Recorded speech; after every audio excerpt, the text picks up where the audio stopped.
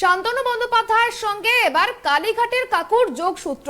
শান্তনু স্ত্রীর সংস্থায় 40 লক্ষ টাকা বিনিয়োগ।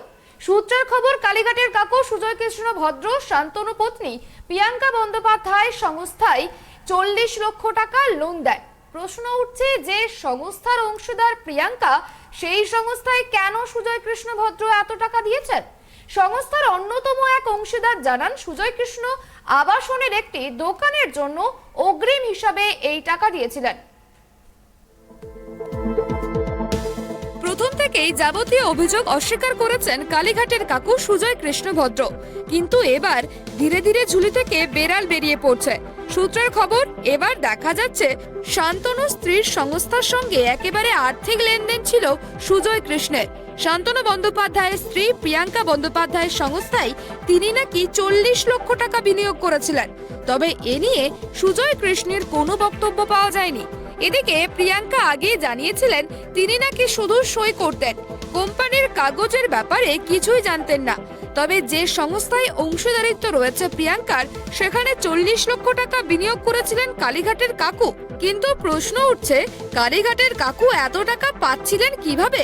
তবে সূত্রের খবর, আবাসনে একটি দোকানের অগ্রিম হিসাবে এই বিপুল টাকা দিয়েছিলেন সুজয় কৃষ্ণ। একেবারে মাকড়সার জাল।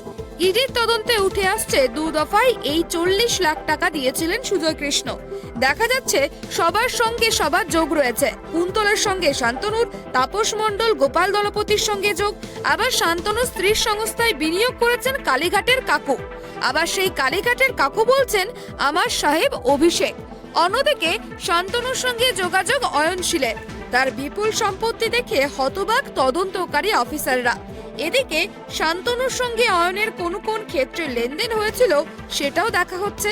আবার অয়নের যোগাযোগ টলিউড ইন্ডাস্ট্রির সঙ্গে। আবার কুন্তল ও শান্তনু বসেছিলেন যুব তৃণমূলের একেবারে রাজ্য পর্যায়ের পদে। রাজনীতিবিদ, ব্যবসায়ী, অভিনেত্রী, প্রমোটার, পরিবারের সদস্য সব যেন দুর্নীতির চক্রের সঙ্গেই জড়িত রয়েছে। সব মিলিয়ে জটিল চক্র।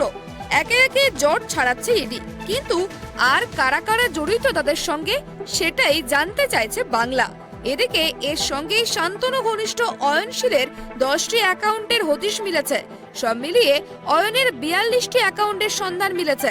এর আগে শান্তনু 30টি অ্যাকাউন্ট ফ্রিজ করেছে ইডি।